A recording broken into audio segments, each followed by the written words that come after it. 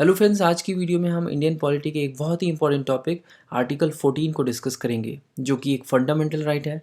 Article 14 right to equality का part है और ये हमारा फंडामेंटल राइट है। पिछली वीडियो में हमने देखा था कि हमारा कॉन्स्टिट्यूशन हमें 6 फंडामेंटल राइट्स देता है। इन 6 फंडामेंटल राइट्स में से ये जो राइट टू इक्वलिटी है, ये हमें प्रीएम्बल में भी देखने को मिलता है। प्रीएम्बल में लिखा है कि हम अपने सिटीजन्स को इक्वलिटी ऑफ स्टेटस और अपॉर्चुनिटी देंगे। तो ये जो राइट टू इक्वलिटी है, ये हमें कॉन्स्टिट्यूशन के 5 आर्टिकल्स में देखने को मिलती है। ये 5 आर्टिकल्स हैं, आर्टिकल 14, आर्टिकल 15, 16, 17 एंड आर्टिकल 18। और आज हम आर्टिकल 14 के बारे में पढ़ेंगे। सबसे पहले हमें ये समझ लेना चाहिए कि आर्टिकल 14 के थ्रू हमारे कॉन्स्टिट्यूशन मेकर्स एक्चुअली में अचीव क्या करना चाहते थे, या कहें कि आर्टिकल 14 के पीछे मोटिव क्या है। ये समझने के लिए आप जरा अपने आसपास के लोगों की तरफ देखो। क्या सभी लोग आपको एक जैसे दिख रहे हैं? क्या सभी लोग एक समान हैं? क्या इनमें कोई भी फ़र्क नहीं है? आप जब अपने आसपास देखते हो तो आपको अलग अलग तरह के लोग दिखते हैं। कोई अमीर है तो कोई गरीब, कोई काला है तो कोई गोरा, कोई हिंदू है तो कोई मुसलमान, और कोई हिंदी बोलता है तो कोई तमिल। ऐसे में हमारे कॉन्स्टिट्यूशन मेकर्स ने आर्टिकल 14 के थ्रू यही प्रयास किया है कि चाहे लोग एक दूसरे से कितने भी अलग हों, कितने भी भिन्न हों, फिर भी सबको बराबरी का न्याय मिलना चाहिए, सबको इंसाफ मिलना चाहिए। तो ये तो था मोटिव, और इस मोटिव को अचीव करने के लिए हमारे कॉन्स्टिट्यूशन मेकर्स ने हमें आर्टिकल 14 में 2 कंसेप्ट दिए हैं। पहला कंसेप्ट है इक्वलिटी बिफोर लॉ, और दूसरा कंसेप्ट है equal protection of laws. Equality before law एक ब्रिटिश कंसेप्ट है, जबकि इक्वल प्रोटेक्शन ऑफ लॉज को हमने अमेरिकन कॉन्स्टिट्यूशन से बोरो किया है। सबसे पहले इक्वलिटी बिफोर लॉ को समझते हैं। आपने हिंदी मूवीज़ में कई बार कोर्ट सीन्स के दौरान एक स्टैच्यू को देखा होगा, जिसके हाथ में एक तराजू होता है और आंख पर पट्टी बंधी होती है, जिसे इंसाफ की देवी या फिर लेडी जस्टिस भी कहा जाता है। इनके हाथ में जो ये तराजू है, ये सिंबलाइज ये करता है कि इंसाफ जो है वो एविडेंसेस के बेस पर काम करता है, और इनकी आंखों पर बंधी पट्टी ये सिंबलाइज करती है कि कानून कभी भी ये नहीं देखता कि उसके सामने कटघरे में खड़ा हुआ इंसान गरीब है या अमीर, पावरफुल है या निम्न, गोरा है या काला, प्राइम मिनिस्टर है या फिर रिक्शा चलाने वाला। इससे हमें ये बात समझ में आती है कि कानून की नज़र में तो सब बराबर है और लॉ हमको सबको इक्वली ट्रीट करता है। बट क्या अनइक्वल लोगों को इक्वल ट्रीटमेंट देना काफ़ी है?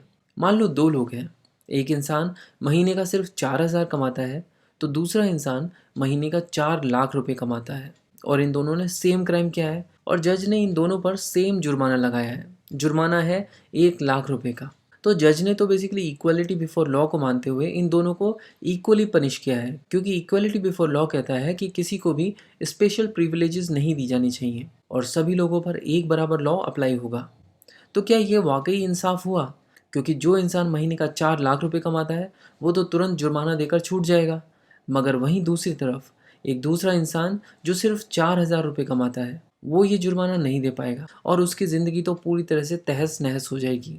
तो इस एग्जाम्पल से एक बात तो क्लियर है कि इक्वलिटी बिफोर लॉ भी अपने आप में सफिशिएंट नहीं हो सकता। इसीलिए हमारे कॉन्स्टिट्यूशन मेकर्स ने एक और concept, equal protection of laws को भी आर्टिकल 14 का पार्ट बनाया था।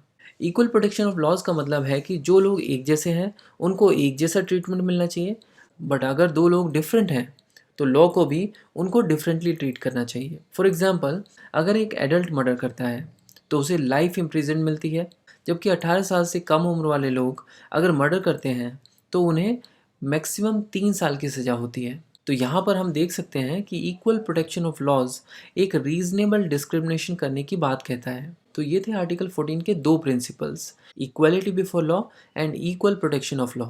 इक्वलिटी बिफोर लॉ में हमने देखा था कि किसी को भी अनइक्वल ट्रीटमेंट नहीं मिलना चाहिए, यानी यहाँ हमें ये पता चलता है कि क्या नहीं होना चाहिए। इसीलिए इक्वलिटी बिफोर लॉ को एक नेगेटिव कंसेप्ट माना गया है, जबकि इक्वल प्रोटेक्शन ऑफ लॉ में हमें ये कहा गया कि एक जैसे लोगों को एक जैसा ट्रीटमेंट मिलना चाहिए, यानी ये लॉ हमें ये बताता है कि क्या होना चाहिए। इसीलिए ये एक पॉजिटिव कंसेप्ट है।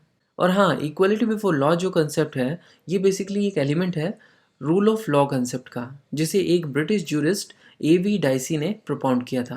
रूल ऑफ लॉ सिर्फ इतना कहता है कि गवर्नमेंट हो या फिर आम आदमी, कोई भी लॉ से बड़ा नहीं हो सकता। यानी रूल ऑफ लॉ लॉ की सुप्रीमेसी को इस्टेब्लिश करता है। और क्योंकि आर्टिकल 14 में दिया गया ये concept equality before law rule of law का ही एक एलिमेंट है, इसीलिए हम ये भी कह सकते हैं कि हमारे देश में भी लॉ सुप्रीम है, लॉ से ऊपर कोई नहीं है।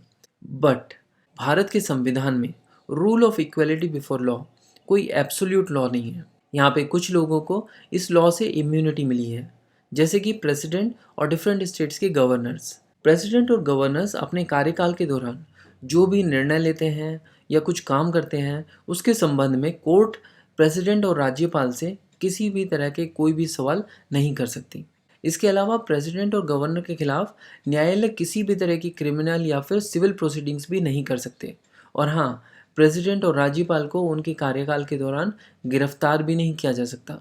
तो ये तो कुछ इम्यूनिटीज़ थी जो प्रेसिडेंट और गवर्नर्स को मिलती हैं। इसके अलावा हमारा कॉन्स्टिट्यूशन सांसद और विधायकों को भी इम्यूनिटी देता है, और वो इम्यूनिटी ये है कि पार्लियामेंट या स्टेट लेजिस्लेचर की प्रोसीडिंग्स के दौरान सांसद या विधायक क्या बोल रहे हैं, किसको वोट दे रहे हैं, इसके लिए कोर्ट उन पर किसी भी तरह का कोई मुकदमा नहीं चला सकता।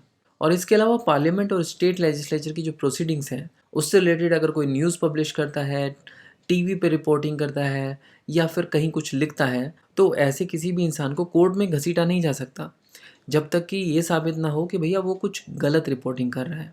अगर वो कुछ सही फैक्ट्स दे रहा है तो उसके लिए उस पर कोई मुकदमा नहीं बनता। नेक्स्ट एक्सेप्शन फॉरेन सॉवरेन या किसी दूसरे राष्ट्र के प्रमुख, जैसे कि कोई प्रेसिडेंट या किंग या फिर दूसरे देशों के एम्बेसडर्स और डिप्लोमेट्स जो यहाँ पर इंडिया में आते हैं, उनको भी क्रिमिनल और सिविल प्रोसीडिंग से इम्यून किया गया है। मतलब सीधी सीधी बात है कि अगर दूसरे देश का राष्ट्रपति यहाँ पे आता है तो हम उस पर कोर्ट केस नहीं लगा सकते। इसके अलावा यूएनओ और उसकी एजेंसीज जितनी भी हैं, उनको भी डिप्लोमेटिक इम्यूनिटी दे रखी है। तो ये था आर्टिकल 14, जिसमें हमने समझा कि कैसे हमारा कॉन्स्टिट्यूशन हमें इक्वलिटी बिफोर लॉ और इक्वल प्रोटेक्शन ऑफ लॉज के ज़रिए इक्वली ट्रीट करता है। और ये आर्टिकल टेरिटरी ऑफ इंडिया में रहने वाले सभी लोगों पर अप्लाई होता है, चाहे वो सिटीजन्स हों या फिर एलियंस।